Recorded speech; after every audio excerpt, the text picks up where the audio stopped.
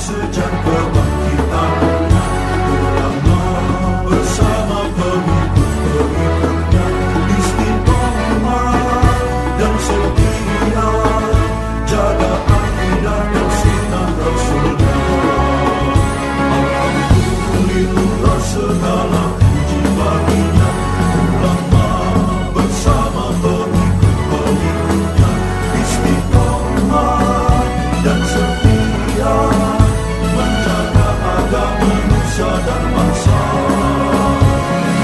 Mari kuatkan niat kita, kita bulatkan tekad kita, terus lanjutkan amal kita, mengembangkan hikmah kita. Assalamualaikum warahmatullahi wabarakatuh. Alhamdulillahirabbil alamin wa bihi nasta'inu ala umuri dunya waddin. Wassalatu wassalamu ala sayyidil mursalin sayyidina maulana Muhammadin wa ala alihi wa sahbihi ajmain. Amma ba'd. Para asatidzah, para guru dan sesepuh, wabil khusus Ustadz Thohir, Ustadz Maman, Ustadz Manis, walaupun hitam manis dia pakai baju hitam seperti kereta yang ditunggu, hitam-hitam tapi banyak yang nunggu, itu Ustadz Manis namanya. Ketua lingkungan abang saya Bapak RWAD dan juga segenap pengurus Majelis Ta'lim Al-Hidayah, Bapak, Ibu, seluruh anggota Majelis Ta'lim Al-Hidayah yang dirahmati oleh Allah. Malam hari ini kita berkumpul bersama-sama di sini untuk silaturahim dan juga untuk maaf-maafan dalam rangka menyambut bulan suci Ramadan. Bulan suci Ramadan ini sebagaimana kebiasaan taklim, pengajian-pengajian yang ada di daerah kita biasanya tawakuf atau diberhentikan sementara. Yang ngajinya seminggu 4 kali kayak PRW berhenti sementara. Yang ngajinya seminggu 7 kali berhenti juga sementara. Namun berhenti atau tawakuf ini jangan membuat kita mundur, jangan membuat kita kemudian merasa cukup dalam thalabul ilmi, cukup dalam ngaji. Kita di sini hadir dalam majelis-majelis ini adalah untuk mencari ilmu. Pak RW betul untuk mencari ilmu. Pak RW yang kayak Pak RW AD ini ya cuma satu-satunya, nggak ada yang lain. Cuma satu-satunya di Indonesia. Yang lain ya namanya lain, bukan RW AD lagi. Mencari ilmu, tapi ada juga kadang-kadang orang-orang yang ngaji niatnya mencari masa. Ada biasanya Pak RW kalau lagi giliran pilihan atau pilkada ngaji, atau ada juga yang ngaji kadang-kadang pengen nyari undangan, dia pengen ngehajatan biasanya, pengen hajatan ngaji ya, pengen hajatan. Biasanya ibu-ibu tuh yang begitu, ya Bu. Lama nggak ngaji, begitu pengen hajatan dia ngaji, supaya ada kondangannya nanti. Tapi orang sini mah nggak ada yang beda, sama semuanya. Kita berhenti sementara tawakuf untuk menghadapi bulan suci Ramadan. Sekali lagi ini sebenarnya untuk mengencangkan ikat pinggang kita supaya di Ramadan lebih giat lagi mencari ilmu. Yang ingin saya sampaikan di sini, bulan Ramadan punya keutamaan banyak Bapak Ibu. Di antara keutamaan bulan Ramadan ini yang pertama, orang yang senang dengan datangnya bulan Ramadan, maka jasadnya Allah haramkan masuk neraka. Sebagaimana sabda Rasulullah, man fariha bidukhuli Ramadan haramallahu jasadahu 'alan niran. Siapa orang yang senang dengan datangnya bulan Ramadan, maka Allah akan mengharamkan jasadnya di api neraka. Artinya diharamkan, Allah cegah jangan sampai masuk neraka. Senang kita dengan hadirnya bulan Ramadan, pengajian ditawakufkan. Senang kita karena yang tadinya biji salak itu keras, kalau Ramadan jadi empuk. Coba ntar biji salak sekarang masih kelas Bu, ntar kalau Ramadan jadi empuk ya Ustaz. Senang kita dengan datangnya bulan Ramadan, berkahnya sajian-sajian, berkahnya sholat jamaah masjid penuh sampai keluar-luar. Meskipun udah tanggal 29 Ramadan sampai keluar sendalnya. Itu kita senang dalam rangka menyambut bulan Ramadan, maka kita tawakuf, kita berhenti sementara, tapi ini untuk mengencangkan kembali niat kita, mengencangkan kembali giroh kita, semangat dalam menuntut ilmu. Yang senang dengan datangnya Ramadan, maka Allah haramkan jasadnya di api neraka. Artinya Allah cegah, jadi tempatnya kalau bukan di neraka, di mana Pak kira-kira? Di sorga. Kemudian lebih dari itu, bukan hanya sekedar senang, tapi senangnya kita hadir bulan Ramadan, datangnya bulan Ramadan, ini harus diisi paling tidak dengan 6 hal. Yang pertama, Rasulullah SAW menyebutkan, man hadara majlis dzikri fi Ramadan, barang siapa yang hadir ke majlis zikir, majlis ilmu di bulan Ramadan, kataballahu lahu bi kulli qadamin ibadatan wa ana ma'i wa huwa ma'i tahtal arsy yaumal qiyamah. Siapa orang yang hadir di majlis zikir, di majlis ilmu bulan Ramadan, maka setiap langkahnya Allah catat sebagai ibadah. Majlis ilmu, majlis zikir itu kadangkala sama, serupa.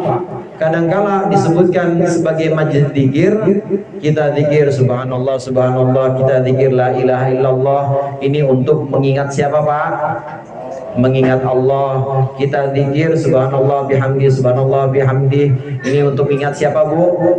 Mengingat Allah. Sama juga kita ngaji, dengerin guru, ini juga buat mengingat Allah. Pertama ingat diri kita dulu.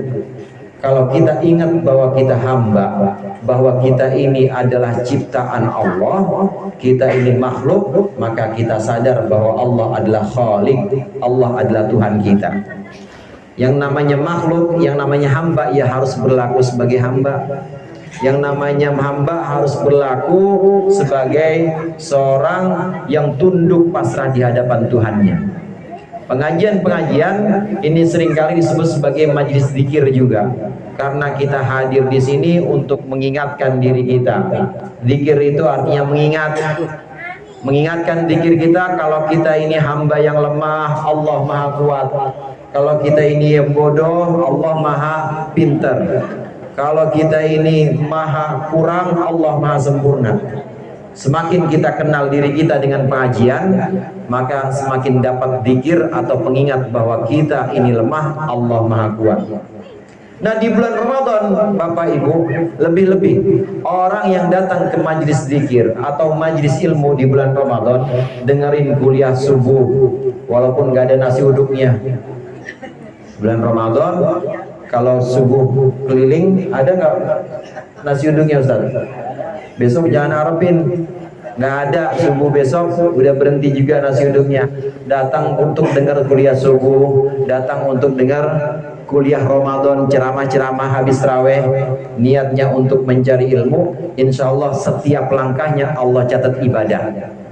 Dari sini ke Al-Jihad masjid berapa langkah kira-kira Ustaz Thohir? 50. Berarti itu 50 kali ibadah. 50 catatan sebagai setiap langkahnya, yang kiri lain, yang kanan lain. Yang kiri dicatat sebagai ibadah, yang kanan melangkah lagi ibadah lagi. 50 ibadah. Pulangnya begitu lagi. Pulangnya begitu juga, dicatat sebagai ibadah juga. Apalagi yang terawihnya jauh. Yang terawihnya panggilan kayak saya, makin jauh itu langkahnya, jadi makin banyak pahalanya. Yang datang di majlis-majlis ilmu, majlis-majlis zikir di bulan Ramadan, maka setiap langkahnya satu langkah ini akan Allah catat sebagai ibadah. Pulang pergi, pulangnya ibadah, perginya ibadah. Makin jauh masjid yang dituju, makin jauh musolah yang dituju, maka makin banyak catatan ibadah setiap langkahnya. Ini yang pertama di bulan Ramadan. Kemudian yang kedua, di bulan Ramadan, barang siapa man barra walidayhi bima tanalu yaduhu nadarallahu ilaihi birrahfati warrahmah. Barang siapa yang di bulan Ramadan berbakti kepada kedua orang tuanya, maka Allah akan memandang orang itu dengan pandangan sayang dan belas kasihan. Niatin yang masih pada punya orang tua, besok munggah bawa beras ke rumah orang tuanya. Kalau masih ada orang tuanya, nanti pulang kalau ditawarin apa-apa jangan mau. Jangan bawa cuma beras 3 liter, pulangnya dibawain 3 karung. Jangan ngarep. Pokoknya di bulan Ramadan berbakti kepada orang tua dengan niat memang birrul walidain, maka Allah akan lihat, Allah pandang orang yang berbakti kepada orang tuanya ini dengan pandangan rahmah dan ra'fah. Rahmah itu Bapak-bapak artinya Allah sayang kepada kita. Meskipun kita mampu, meskipun kita udah cukup, tetap Allah kasih, itu namanya rahmah. Beda sama ra'fah. Kalau ra'fah itu memang melihat kita ini yang lemah. Kita sebagai orang tua memandang anak atau cucu yang usianya masih 5 tahun ke bawah, ini namanya pandangan yang ra'fah. Artinya sayang, benar-benar belas kasihan, namanya ra'fah. Kenapa? Karena masih 5 tahun ke bawah, masih sangat butuh bimbingan kita. Itu kalau bapak ngelihat cucunya atau ngelihat anaknya. Tapi kalau bapak ngelihat istrinya, suami ngelihat istrinya, istri ngelihat suaminya, ini namanya bukan ra'fah, tapi namanya rahmah. Nah, dua-duanya ini Allah berikan. Dua-duanya ini sayangnya Allah untuk orang yang berbakti kepada orang tuanya di bulan Ramadan. Jadi meskipun tawakuf, meskipun berhenti, masih banyak ladang pahala, masih banyak pintu-pintu ibadah yang bisa kita gapai di bulan Ramadan. Bakti kepada orang tua. Kemudian yang ketiga, mendawama alal jamaah. Barang siapa yang mudawamah, barang siapa yang istiqomah jamaah di bulan Ramadan, subuh jamaah, zuhur kemudian datang jamaah lagi, atau di rumah ya diramaikan sendiri jamaah, disempet-sempetin. Yang dulu di luar Ramadan itu nggak sempet jamaah dengan suaminya, ini suaminya diajak jamaah, istrinya diajak jamaah, terus istiqomah di bulan Ramadan, maka Allah akan ja'alallahu lahu baitan, ja'alallahu lahu madinatan min nurin. Allah akan menjadikan dengan setiap rakaat salat itu rumah, kota, bukan cuma rumah tapi kota dari cahaya. Sekarang kan KPR, kredit apa KPR? Kredit perumahan rakyat. Ini kredit perkotaan rakyat. Jadi bukan cuma beli rumah, beli kota, Pak. Gimana cara beli kota? Gimana cara milikin kota? Kotanya nanti di akhirat, caranya adalah dengan sholat jamaah di bulan Ramadan. Orang yang sholat jamaah istiqomah di bulan Ramadan, subuhnya jamaah, zuhur jamaah, asar jamaah, maghrib jamaah, isya jamaah, maka setiap rakaat sholat jamaahnya itu Allah jadikan satu kota di akhirat nanti. Kota di akhirat itu, saudara, kota itu tidak seperti kota di dunia. Di dunia kan kota ya ada yang kecil, ada yang besar. Di sana itu satu bangunan atau satu rumah saja, itu halamannya seluas mata memandang. Halaman buat satu jamaah al-hidayah tuh. Amin. Jadi begitu keluar rumah, begitu di pintu rumah, itu orang nggak kelihatan semuanya. Kalau orang kelihatan, mulai kelihatan palanya, berarti lagi ada di gerbang kita. Segitu jauhnya pelataran istana atau rumah yang ada untuk satu orang penghuni surga. Itu baru satu rumah. Dan Allah akan bangunkan satu kota untuk orang yang jamaah istiqomah di bulan Ramadan. 5 waktunya jamaah, ditambah lagi salat tarawihnya jamaah 20 rakaat, itu udah berapa kotak itu Allah berikan untuk orang-orang yang di bulan Ramadan ini terus-menerus mudawamah melaksanakan jamaah. Ini ladang ibadah atau pengganti dari ibadah-ibadah kita, pengajian-pengajian kita sangat banyak di bulan Ramadan. Udah berapa tuh Pak? Udah berapa tuh? 3, udah 3 itu. Kemudian yang keempat, wa ma minim ro'atin tatlubu ridho zaujiha illa walaha sawabu mitla sawabi Asiyah wa Maryam. Dan tidak ada satu orang istri, tidak ada satupun orang istri yang di bulan Ramadan niat mencari ridho suaminya kecuali pahalanya seperti pahala Siti Asiyah dan Siti Maryam. Tahu Siti Asiyah Bu? Bu? Siapa Siti Asiyah? Hah? Istrinya Fir'aun, betul. Tahu Siti Maryam Bu? Siti Maryam tahu Bu? Siapa Siti Maryam? Ibunya Nabi Isa. Dua-duanya ini adalah perempuan yang disebutkan dalam Al-Quran. Cuma Siti Maryam dan Siti Asiyah yang diceritakan dalam bagian ayat-ayat Al-Quran. Asiyah istrinya Fir'aun, Maryam ibundanya Nabi Isa alaihissalam. Ini adalah wanita-wanita solehah. Nanti di surga, dalam satu riwayat, nanti di surga ini Asiyah yang memang gak pernah disentuh oleh Fir'aun. Siti Maryam, ibunya Nabi Isa yang gak pernah disentuh oleh siapapun, ini nanti dinikahkan oleh Allah dengan Rasulullah SAW. Artinya ganjarannya sangat besar, pahalanya sangat besar. Perempuan, seorang istri yang mencari ridho suaminya di bulan Ramadan, bangun suaminya masih tidur, tapi dia bangun duluan nyalain kompor, walaupun gas udah langka. Udah normal lagi sekarang? Udah ada ya? Belinya masih pakai KTP? Enggak? Pakai duit. Bangun meskipun suaminya masih tidur, tapi dia bangun duluan, bikinin sahur, niat untuk cari ridho suaminya, maka pahalanya seperti pahala Siti Asiyah, pahalanya seperti pahala Siti Maryam di bulan Ramadan.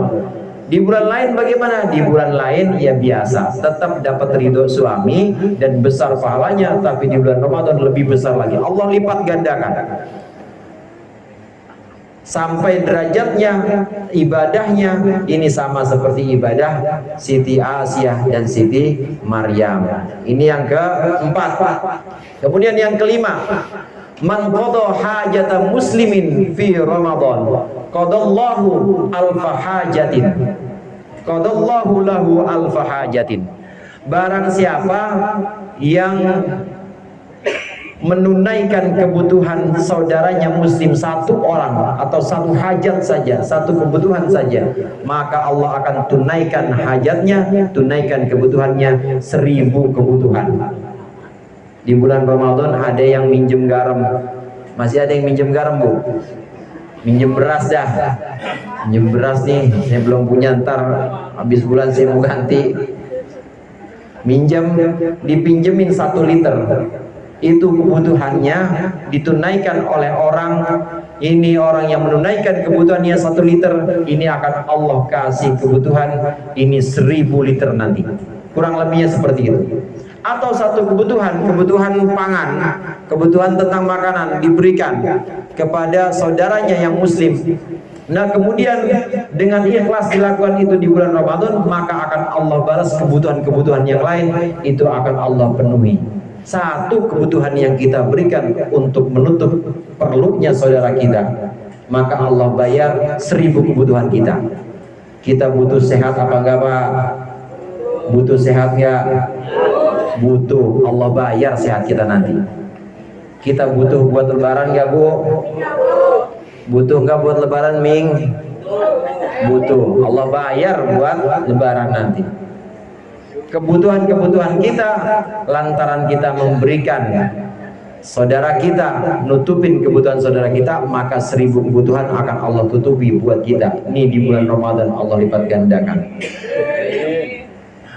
Kemudian yang keenam, man tasaddaqa, barang siapa yang bersedekah, bisadaqati iyalin, dengan sedekah kepada bisadaqatin di iyalin, dengan satu sedekah kepada keluarganya, maka Allah akan memberikan setiap sedekah itu, Allah hapuskan mahallahu lahu, Allah hapuskan alfa sayyiatin wa katabalahu alfa hasanatin. Atau kama qala Rasulullah sallallahu alaihi wasallam.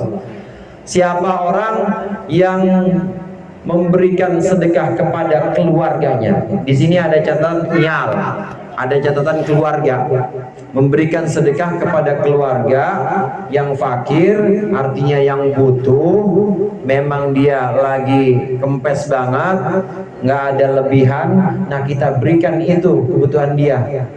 Saudara kita yang memang masih saudara, masih dalam tanggungan kita, iyal, itu artinya keluarga, maka akan Allah catat satu kali sedekah itu 1000 kebaikan.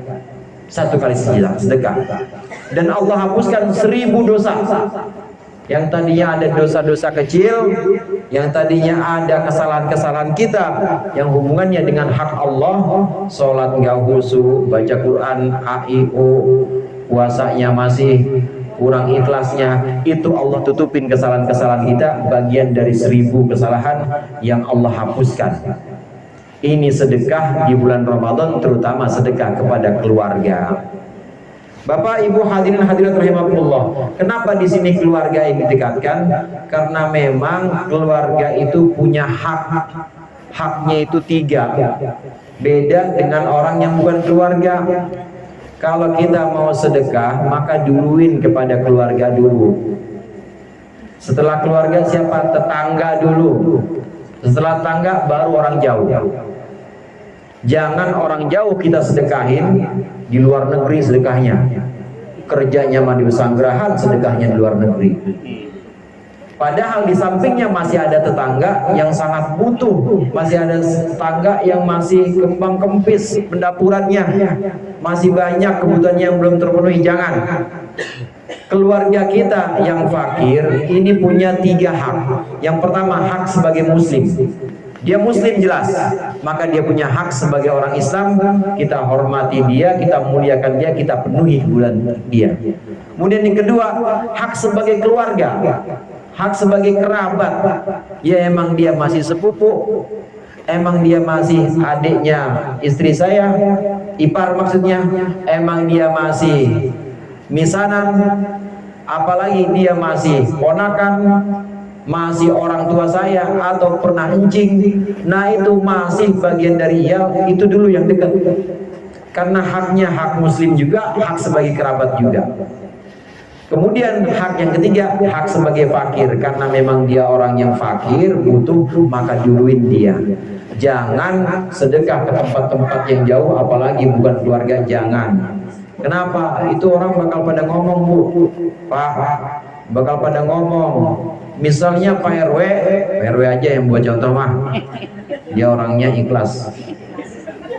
Pak RW kalau sedekah, misalnya umpamanya Pak RW, kalau sedekahnya ke Zimbabwe, orang-orang Zimbabwe yang kenal sama Pak RW, wah namanya gimana RW adik? Jadi dia mah orangnya bares, dermawan, nggak boleh ngelihat orang lewat. Kalau lagi ngitung duit orang lewat dikasih, pokoknya dikasih aja. Kata orang mana? Orang Zimbabwe. Ah, kata orang di sini, gimana dia bang di sana? Ah, di sini mah. Ah, di sini mah boro-boro orang lewat, boro-boro kata orang sini. Itu namanya, ya namanya mendahulukan yang jauh tapi membelakangkan yang dekat. Jangan jauh bau harum, dekat bau tai, jangan. Orang-orang yang dekat bakal ngomongin Bu, bakal ngomongin Pak. Maka jangan diprioritaskan yang jauh-jauh, jangan, tapi yang dekat dulu. Lihat di sekitar kita, apalagi kerabat atau keluarga. Sedekah kepada kerabat, kepada keluarga di bulan Ramadan, maka akan Allah balas satu kali sedekah, Allah catat sebagai 1000 kebaikan. Sekaligus satu kali sedekah itu Allah catat untuk menghapus 1000 dosa-dosa kita. Ini diantara keutamaan-keutamaan Ramadan yang 6 ini. Sebagai pengganti dari taklim-taklim kita bisa masuk dari pintu-pintu ibadah yang mana saja. Kita bisa masih mengharapkan balasan-balasan, mengharapkan ridho dan rahmat Allah dari berbagai macam pahala atau berbagai macam ibadah yang pahalanya dilipat gandakan di bulan Ramadan. Kemudian yang terakhir tentunya Bapak Ibu hadirin hadirat Jamaah Hidayah, para pengurus, para ustadz, saya mohon maaf menyongsong bulan Ramadan ini apabila ada kesalahan dari saya selama mengajar, selama pertemuan-pertemuan kita sering telat, udah pada angop semuanya, saya belum datang, saya mohon maaf. Kira-kira dimaafin gak Bang Heru? Soalnya saya mau ngambil tabungan. Ngomongnya sama Bang Heru makanya. Terus ibu-ibu juga mungkin kelamaan nunggu saya, udah ngantuk aja tapi saya belum datang, mohon dimaafkan. Mudah-mudahan dengan saling memaafkan, dengan membuka pintu maaf dalam hati kita bisa masuk ke pintu Ramadan dengan ridho Allah, dan Allah juga mengampuni kita. Amin ya rabbal alamin. Insya Allah kita akan teruskan pengajian-pengajian kita nanti setelah Syawal, setelah kita halal bihalal, dan kita akan lanjutkan rutinan malam minggu atau malam ahad kita di Majlis Al-Hidayah ini. Mudah-mudahan bermanfaat. Kurangnya saya mohon maaf. Wallahul muwaffiq ila aqwamit thoriq. Wassalamualaikum warahmatullahi wabarakatuh.